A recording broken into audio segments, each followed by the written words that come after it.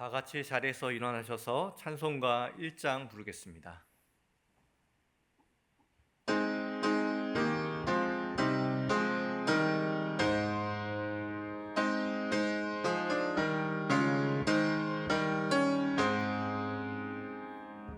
만복의 근원 하나님, 온 백성 찬송 드리고 저 천사여 찬송하세. 찬송 성부 성자 성령.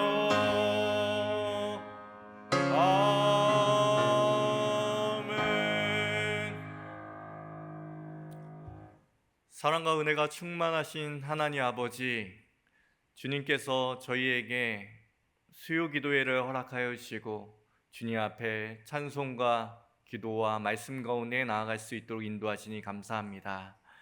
우리의 발걸음이 주님 앞으로 나아갈 때마다 주님이 주시는 한량없는 은혜를 받아 누리는 복된 인생 되게 하여 주시옵소서.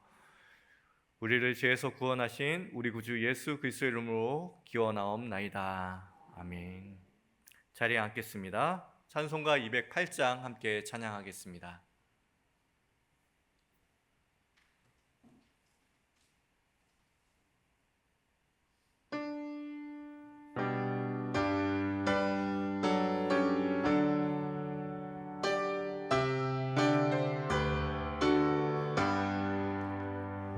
내 주의 나라와 주 계신 성전과 피 흘려 사신 교회를 늘 사랑합니다. 내 주의 교회는 전성과 같아서 눈동자같이 아끼사 늘 보호하시네. 이 교회 위하여 눈물과 기도로 내 생명 다하기까지 늘 사합니다. 성도의 교제와 교회의 위로와 우주와 맺은 언약을 늘 보합니다. 하늘의 영광과 베푸신 은혜가 진리와 함께 영원히 넘치네. 아멘.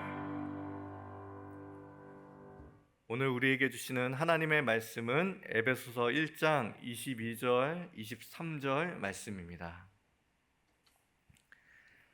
하나님의 말씀을 합독하여 읽겠습니다. 또 만물을 그의 발 아래 복종하게 하시고 그를 만물 위에 그의 머리로 삼으셨느니라. 교회는 그의 몸이니 만물 안에서 만물을 충만하게 하시는 이에 충만함이니라. 아멘. 수요 기도에 오신 여러분 환영하고요. 옆에 있는 분들과 한번 인사하겠습니다. 여러분이 교회입니다.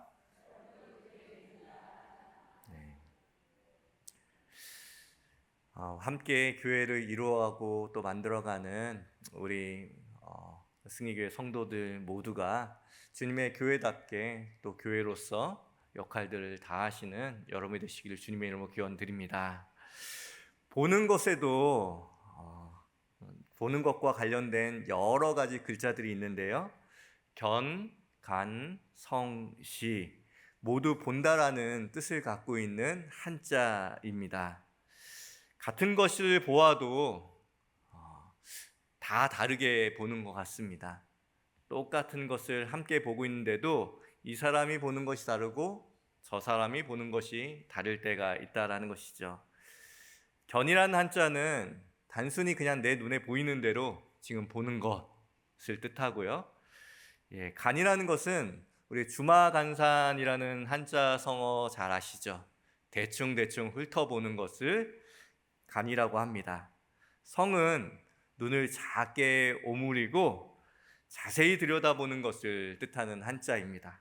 마지막으로 시는 하나를 집중하여서 그 본질을 꿰뚫어 보는 것을 시라고 합니다. 이처럼 본다는 것에도 차이가 있죠. 교회도 어떤 눈으로 바라보느냐, 어떤 시각으로 바라보느냐에 따라서 다르게 보입니다. 오늘 본문 에베소서 1장 22절과 23절은 15절부터 시작되어지는 에베소 교회를 향한 바울의 기도의 마지막 결론 부분입니다. 바울은 에베소 교인들이 교회에 대해서 새롭게 바라보길 원했는데요. 그래서 이렇게 기도합니다. 에베소서 1장 17절과 18절 말씀 같이 읽어보겠습니다.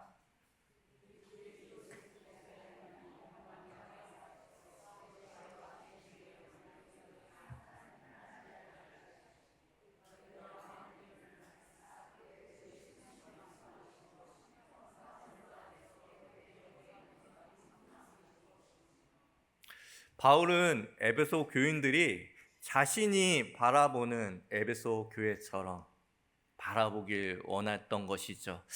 아니 더 들어가서 얘기하면 바울의 시각이 아니라 예수님의 시각으로 교회를 바라보길 원했다라는 겁니다. 이 시간 말씀을 함께 나누면서 여러분들도 바울의 시각, 아니 예수님의 시각으로 교회를 바라보시는 참된 눈을 가지시는 여러분이 되시기를 주님의 이름으로 기원드립니다. 첫 번째, 교회는 그리스도의 몸입니다. 본문 23절 말씀 읽겠습니다.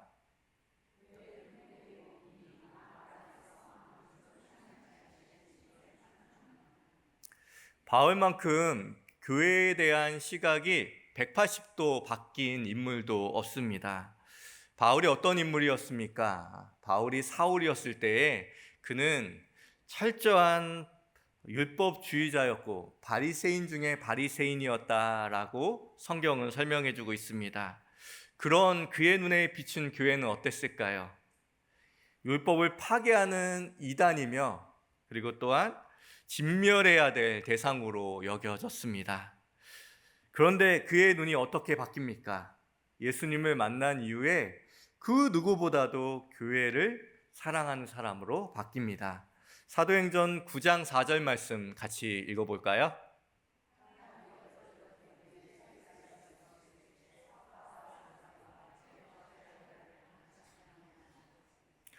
사울아 사울아 내가 어찌하여 나를 박해하느냐.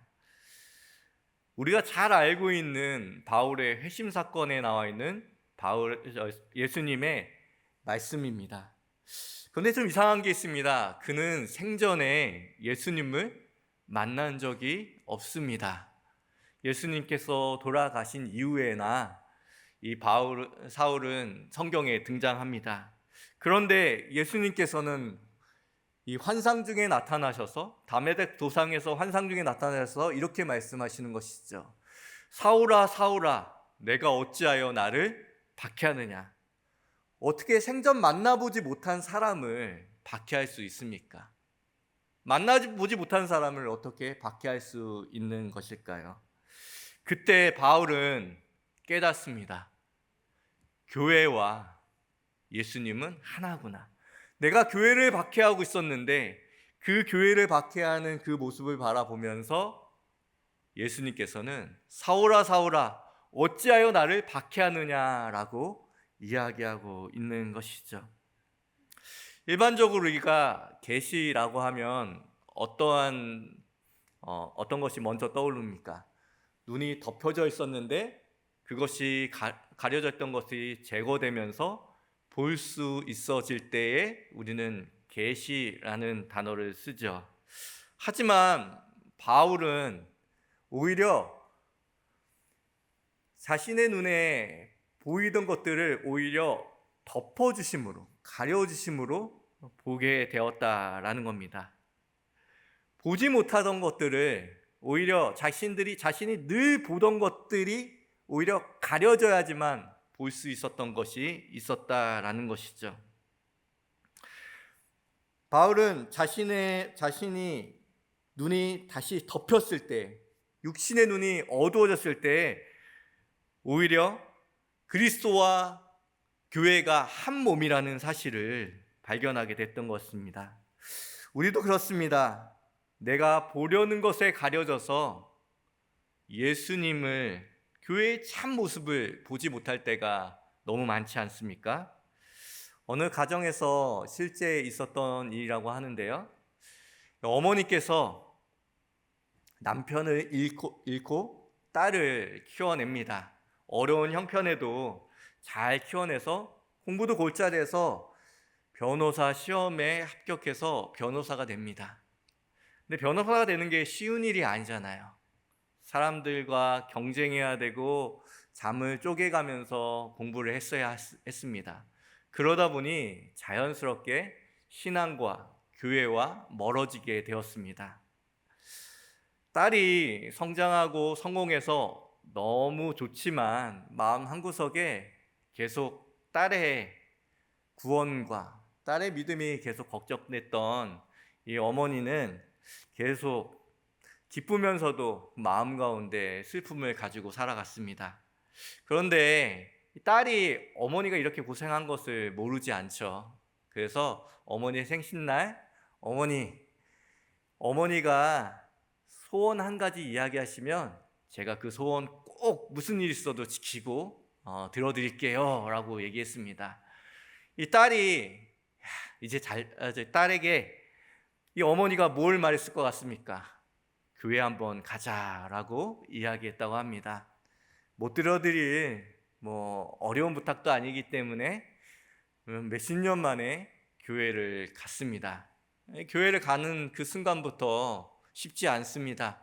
주차장에 들어갔는데 여기 주차하겠다 저기 주차하겠다 교인들끼리 티격태격 싸우기 시작합니다.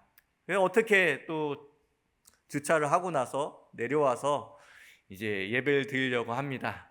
예배를 드리려고 하는데 자리를 잡으니까 이 자리 내 자리라고 내놓으라고 이야기하는 성도들을 만나게 됩니다. 그것까지도 참았습니다. 예배 시간이 생각보다 계속되어지고 성가대의 찬양이 또 음정도 틀리게 되고 그날따라 목사님 설교는 왜 이렇게 긴지 용케 참고 예배가 끝났습니다. 나가려고 하는데 서로 먼저 나가겠다고 서로 밀치고 있습니다. 어머니가 딸을 조금이라도 교회에 좀 더 있게 하기 싶어서 밥이라도 먹고 가자라고 하면서 식당에 갔습니다. 식당이 어떻게 됐겠습니까? 서로 줄에 엉켜가지고 서로 싸우는 모습 보면서 이 딸이 더 이상 말을 안 하기 시작하는 거예요. 집에 오는 차 안에서 오랜 침묵이 계속됩니다. 그러다가 딸이 말을 시작합니다. 엄마, 내가 이러니까 교회 안 가는 거야. 교회 다니는 사람은 왜 이렇게 이기적이야? 믿지 않는 사람들이 훨씬 더 낫겠어 라고 하면서 주저리저리 자신이 본 것들을 이야기합니다.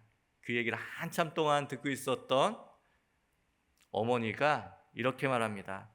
사랑하는 딸아, 엄마는 수십 년 동안 교회 다니면서 예수님 얼굴 하나밖에 보지 못했는데 너는 오늘 고작 하루 교회에 와놓고서 정말 많은 것을 보았구나 라고 이야기했다고 합니다. 엄마의 말처럼 바울처럼 보지 못해야지만 볼 수 있는 것이죠. 여러분은 무엇을 보면서 교회를 다니고 있습니까? 부족하고 실수 많은 사람들입니까? 크고 편리한 교회의 건물입니까?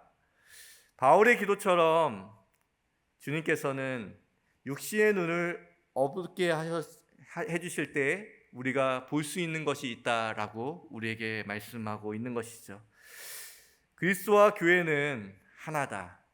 교회는 그의 몸이다. 이것이 그냥 그가 깨달은 그냥 문장에 불과할까요? 아니죠.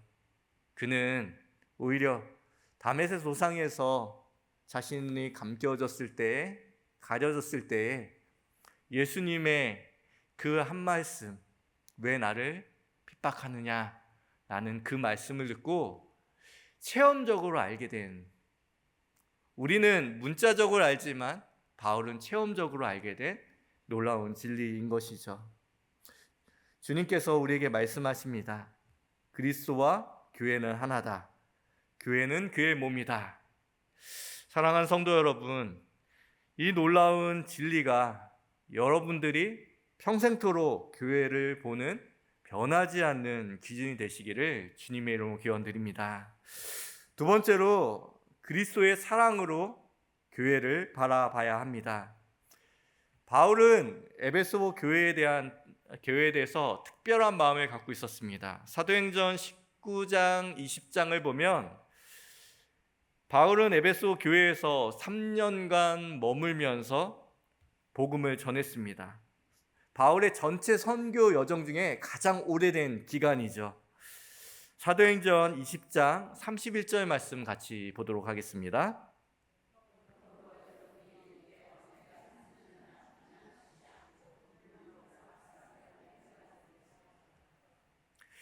바울은 하나님의 말씀을 가르치며 눈물로 권면하고 밤낮 쉬지 않고 돌보았다라고 얘기합니다. 그가 에베소 교회를 얼마나 사랑하고 헌신과 봉사로서 또 섬겼다라는 것을 보여주는 것이죠. 이런 사랑이 어디서부터 왔을까요?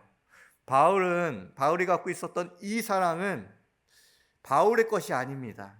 이것 또한 예수님께서 가르쳐 주신 것이죠. 사도행전 20장 28절 하반절 말씀 같이 보겠습니다.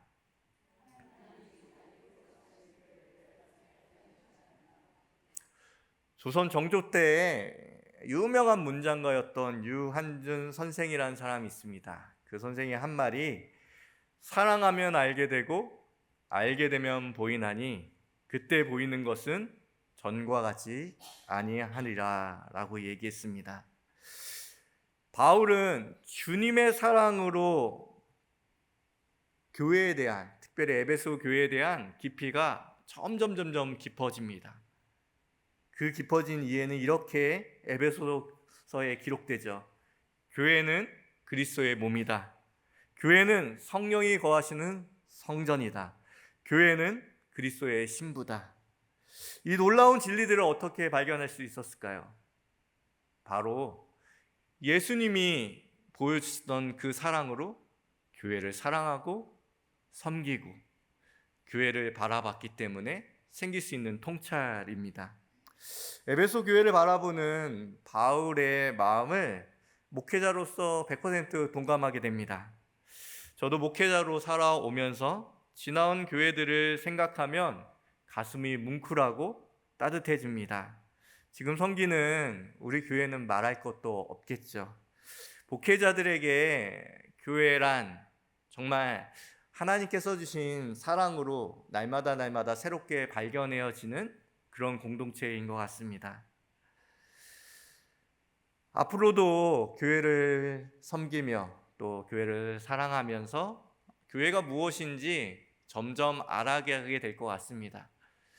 책으로 또 신학교 때 조직신학 안에서 교회는 무엇이다 라고 말했던 그 명제만을 붙잡는 것이 아니라 교회 사역을 하면서 모든 목회자들이 다 그렇겠지만 성도들 섬기고 교회를 섬기면서 교회가 무엇인지 진정 무엇인지 바울과 같이 계속 알게 되는 것 같습니다. 목회자만 그럴까요? 성도들도 교회에 대해서, 교회의 정의에 대해서 배워서 교회에 대해서 온전히 알아가는 것이 아니라 어떠한 한 계기를 통하여서 점점 교회를 어떻게 사랑해야 되는지, 그 사랑 때문에 자신만의 교회에 대한 정의들, 하나님이 주신 아름다운 정의들을 차곡차곡 바울과 같이 쌓아 나가는 것은 아닌지 생각하게 됩니다. 에베소 교회를 바라보는 그 아름다운 시각이 주님께서 주신 사랑의 그 시각으로 점점 깊어져 갑니다. 여러분들은 교회를 바라보는 그 마음과 생각들이 점점 깊어져 가고 있습니까? 바울은 아직 그것들이 깊어져 가고 있지 않다라고 하면 바울은 우리를 향하여서 이렇게 기도합니다. 내가 바라보는, 주님을 바라보는 그 시각으로 교회를 바라봤으면 좋겠다. 그러면 교회에 대해서 내가 이전에 보던 것과 더 이상 똑같이 볼 수 없게 될 것이다 라고 우리에게 말씀하고 있는 것이죠. 어떤 사람들은 교회에 대해서 긍정을 생각했다가 착한 일 하는 곳이고 사랑 많은 곳이니 참 좋겠다라고 생각해서 접근했다가 긍정에 시작했다가 부정으로 끝나는 사람들도 꽤 많습니다. 교회 그런 호기심과 긍정적인 호기심으로 다가섰다가 교회 안에서 부딪히는 여러 가지 사건을 통해서 그냥 떠나버리는 사람들이 꽤 있죠. 근데 바울은 어떻습니까? 바울은 정말 완벽한 부정으로부터 시작했다가 긍정으로, 그리고 더 깊어지는 교회에 대한 이해로 나아가는 사람으로 살아갔다라는 것이죠. 바울이라고 좋은 교회, 완벽한 교회, 또 훌륭한 교회를 섬겼기 때문에 그런 마음이 들었을까요? 서신서를 읽어보면 바울이 교회 때문에 얼마나 많은 고생과 소가리를 했는지를 보여줍니다. 오히려 그를 더 괴롭게 만든 것은 박해자들이나 유대인들이 아니라 교회 내부에서 교회를 만들어가는 그 사람들로부터 받았던 상처가 훨씬 더 컸다라는 것을 알 수 있는 것이죠. 교회의 많은 부족함과 허물과 그런 모든 것에도 불구하고 바울은 주님의 사랑으로 교회를 사랑하였다라고 이야기합니다. 에베소서 5장 25절 하반절 말씀 같이 읽어보겠습니다.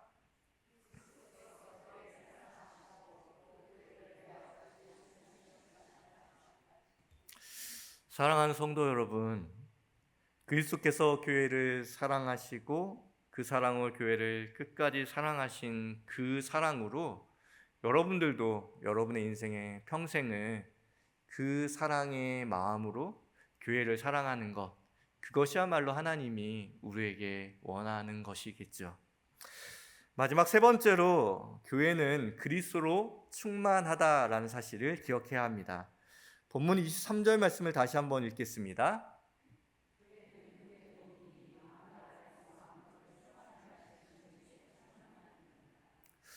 오늘 본문을 보면 충만이라는 단어가 2번 반복되는데요. 헬라어로 플레로마, 가득 채우다, 완전하다라는 뜻을 갖고 있습니다. 그런데 여러분이 경험하시는 교회는 충만하고 완전하다라고 느끼고 계십니까? 우리가 경험하는 교회는 충만보다는 결핍이 많고 완전보다는 모자람이 더 많아 보입니다. 다른 교회의 이야기가 아니라 사실 우리의 교회의 이야기죠. 어쩌면 그것이 당연한 일일지도 모릅니다. 왜냐고요? 교회는 의로운 사람들이 함께 모여있는 장소가 아니라 죄인들이 함께, 주님께서 의롭다고 칭해 주신 죄인들이 모여있는 장소이기 때문이죠. 죄인들이 함께 모였는데 편하고 좋고 완벽하고 충만하다라는 것이 말이 되지 않습니다. 원래 사람들이 모인 공동체는 그런 것입니다. 교회 안에는 연약한 사람들이 많기 때문에 흠잡을 거 많고 실망할 거 많고 교회에 나가지 않아야 될 이유가 훨씬 더 많고 수두룩하게 쌓여 있습니다. 교회를 헬라어로 에클레시아라고 이야기한다는 이야기는 여러분들이 설교를 통해서 많이 들었겠죠. 에클레시아라는 이 단어는 신비한 단어, 거룩한 단어가 아닙니다. 지극히 일상적인 단어였습니다. 그리스와 로마의 시민에 의해 아니면 집회라는 뜻을 갖고 있는 매우 세속적인 단어입니다. 사람의 모임에 불과한 것이죠. 교회, 에클레시아라는 단어가 중요한 게 아니죠. 그 앞에 붙어 있는 그의 교회, 그리스도의 몸이다 라는 이 수식어가 더 중요한 것입니다. 이 수식어에 주목해야 하는 것이죠. 주님의 몸일 때, 주님의 교회일 때 교회는 참 교회가 되고 바른 교회가 될 수 있는 것이죠.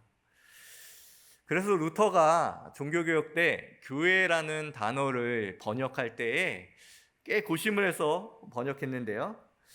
키르허라는 주님의 것이라는 단어로 교회를 번역했습니다. 독일어 성경의 영향을 많이 받은 영어 성경의 키르허라는 단어를 우리가 잘 알고 있는 처치라는 단어로 번역했죠. 우리가 그냥 처치라고 하면 교회라고 생각하지만 그 안에 담겨져 있는 뜻은 주님의 것이라는 뜻을 갖고 있는 것입니다. 이와 같이 교회는 주님의 것이기 때문에, 주님의 몸이기 때문에 충만하다라고, 죄인들만 모여있기 때문에 충만한 것이 아니라 주님의 것이기 때문에 충만하다라고 얘기하는 것이죠. 요한복음 1장 14절 말씀 같이 읽어볼까요?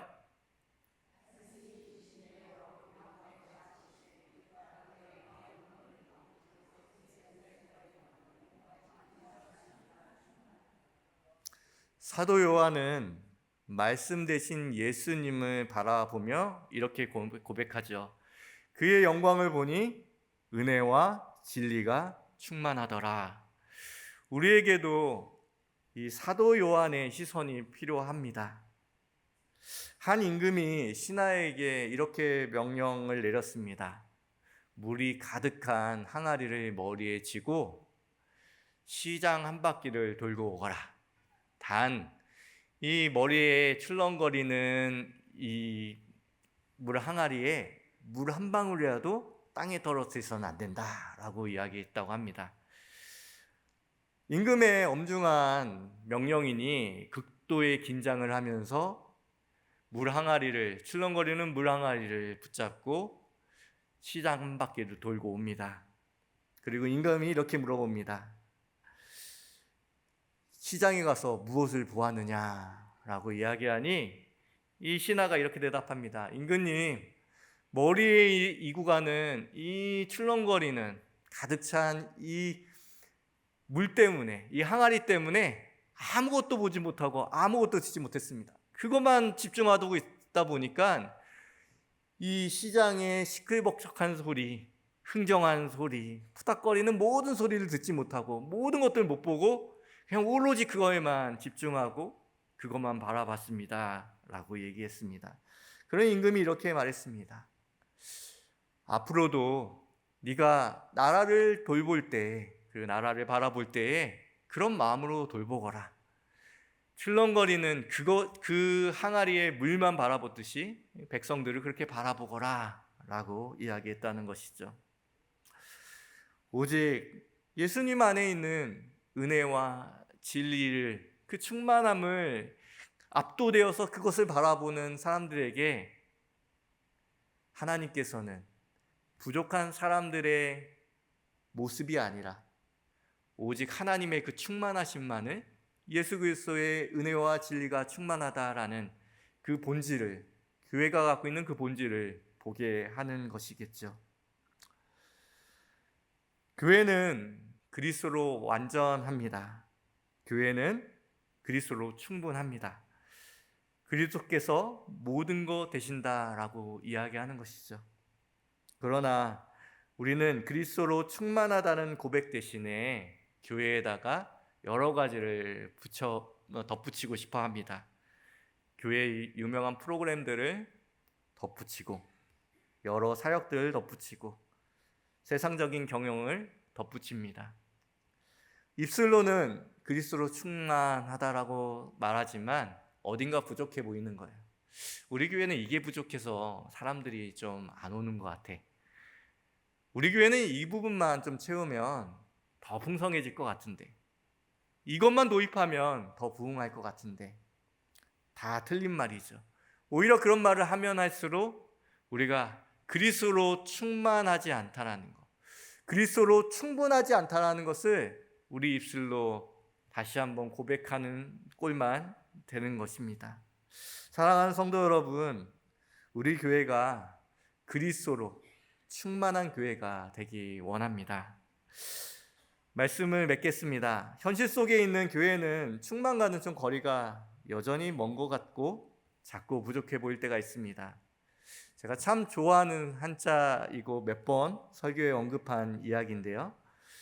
현실에서 현자는 임금 왕자와 볼 견자가 합쳐진 단어입니다. 현실은 언제나 만왕의 왕 대신 예수님의 시각으로 바라보는 것이겠죠. 때로는 목회자들은 또 교회를 열심히 다니는 사람들은 현실 감각이 없다라고 이야기하는 사람도 있습니다. 아니요, 오히려 예수님의 시각, 만왕의 왕 대신 예수님의 시각으로 바라보기에 훨씬 더 누구보다도 현실을 잘 알고 있는 사람이죠. 겨자씨와 같은 교회는 작은 새 한 마리가 와서 한 번 쪼아 먹으면 끝나버릴 것 같은 연약함을 갖고 있습니다. 하지만 그 겨자씨와 같은 교회가 이 땅 가운데 심겨졌을 때에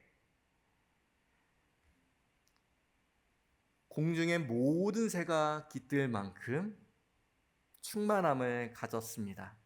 그 연약한 교회가 그 거대한 로마 제국을 품고 또 지켜주는 가지와 같은 역할을 하였습니다. 결국 무너져가는 로마 제국을 구해준 것은 그 연약했던 겨자씨와 같은 교회였던 것이죠. 주님께서 이 땅 가운데 교회를 심겼을 때에 모든 환난 맞은 자들과 슬픔 맞은 자들, 구원이 없어 힘들어하는 모든 사람들에게 깃들 그늘이 되어주고 가지가 되어줬다라는 것입니다. 교회는 이처럼 세상을 충만케 하는 그 충만함이 있는 교회입니다. 또한 교회는 교회 안에 머무는 사람들을 그분의 충만함으로 성화시키는, 그리스도의 장성한 분량까지 길러내는 공동체이라는 것을 생각해 보셨으면 좋겠습니다. 많은 교인분들이 지금 내가 있는 교회에 만족하지 못할 때가 있습니다. 우리 교회는 이런 프로그램이 없어서 내가 성장하지 못하는 거야. 이런 말씀이 없어서 나는 성장하지 못하는 거야.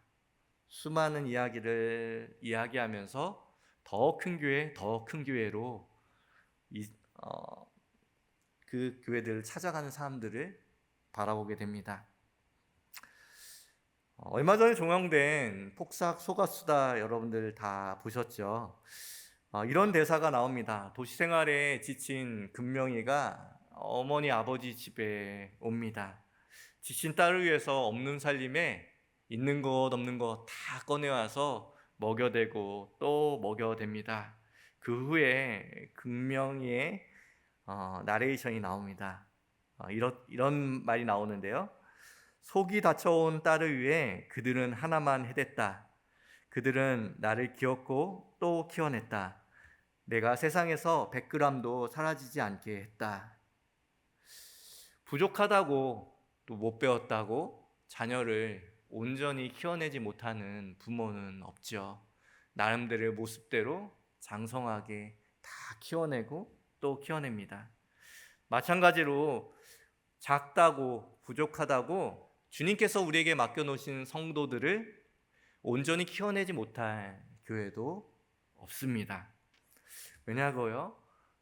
교회는 주님이 오늘 성경에 말씀하시는 것처럼 교회는 그리스도의 몸이고 그리스도로 충만하기 때문이라고 우리에게 말씀하십니다. 그 충만함이 우리 교회에 흘러넘치고 그 충만함이 세상을 충만케 하고 그 충만함이 반드시 우리를 그리스도의 장성한 분량으로 키워낼 것이라고 말씀하고 있습니다. 교회는 그리스도의 몸이며 그분의 충만함이 거하는 장소입니다. 오늘도 그 교회에 참된 정의 가운데, 참된 그 주님의 말씀 가운데 거하시는 여러분들에게 장성한 분량까지 충만케 되어지는 귀한 역사가 일어나실 것을 주님의 이름으로 기원드립니다. 기도하겠습니다.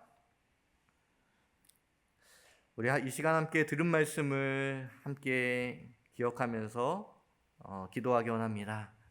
주님, 주님의 시각과 주님의 마음으로 우리 승리교회를, 그리고 또 이 땅에 있는 연약한 교회들을 바라봄으로 주님의 사랑으로 교회를 다시 한번 발견하게 하여 주옵소서. 또한 우리 승리교회가 이 지역을 충만케 하여 하는 사명을 다하게 하여 주시고, 또 그리스도의 장성한 분량까지 우리 모든 성도들을 키워내는 주님의 복음의 요람이 될 수 있도록 우리 함께 기도하기 원합니다. 함께 기도하겠습니다.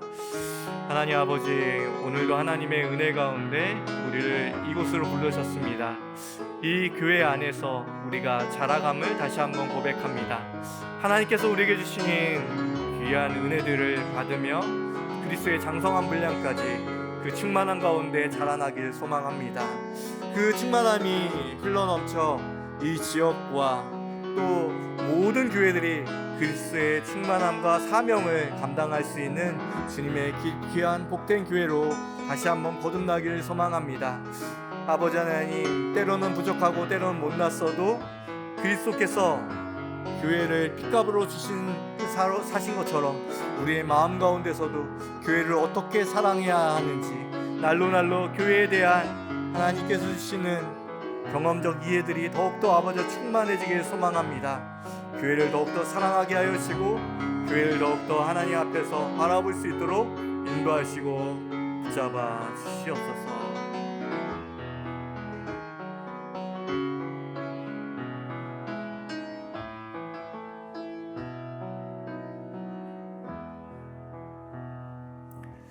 예수님의 이름으로 기도합니다. 아멘.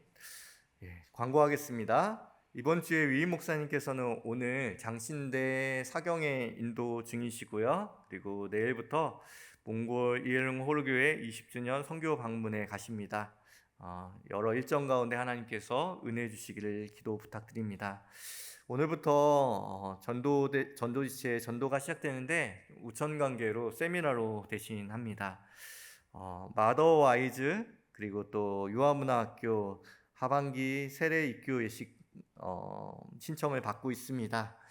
여러분들 누가 받겠지 생각하지 마시고 중년 여성분들은 마더와이즈를, 그리고 자녀를 데리고 영유아부 자녀를 데리고 계신 분들은 유아문화학교를, 그리고 세례 못 받으신 분들은 세례 받으시면서 주님께서 베풀어 주신 기회들을 선용하여서 신앙의 발돋움을 하시는 귀한 시간들로 사용하셨으면 좋겠습니다. 허투루 들으시지 마시고 꼭 신청해 주시고, 손자들 있으시면 손녀들 있으시면 꼭 유아문화학교 잘 진행될 수 있도록 더 많이 신청해 주셨으면 좋겠습니다. 가시는 길에 엘린 카페 꼭 들리셔서 커피 한잔 하시면서 우리가 영적으로 깨어있는 것처럼 육적으로도 깨어있으면서 같이 드시면 또 우리 선교원금으로 또 사용되니까 커피뿐만 아니라 여러 가지 음료 준비되어 있습니다. 같이 마시시면서 교제하시면 좋겠습니다. 수요일과 금요일 날 운영합니다. 축도하겠습니다. 지금은 우리 구주 예수 그리스도의 은혜와 하나님 아버지의 만극하신 사랑하심과 성령님의 교통하심이 오늘도 주님이 알려주시는 귀한 교회에 대한 정의를 가지고 평생토록 교회를 바라보고 또 사랑하며 그 교회에서 누리는 충만함으로 오늘도 성장하기를 결정하는 우리 귀한 성도들 머리머리 위에 그대의 가정과 직장과 세계 열방 가운데 이제로부터 영원까지 함께 하시기를 간절히 축원하옵나이다.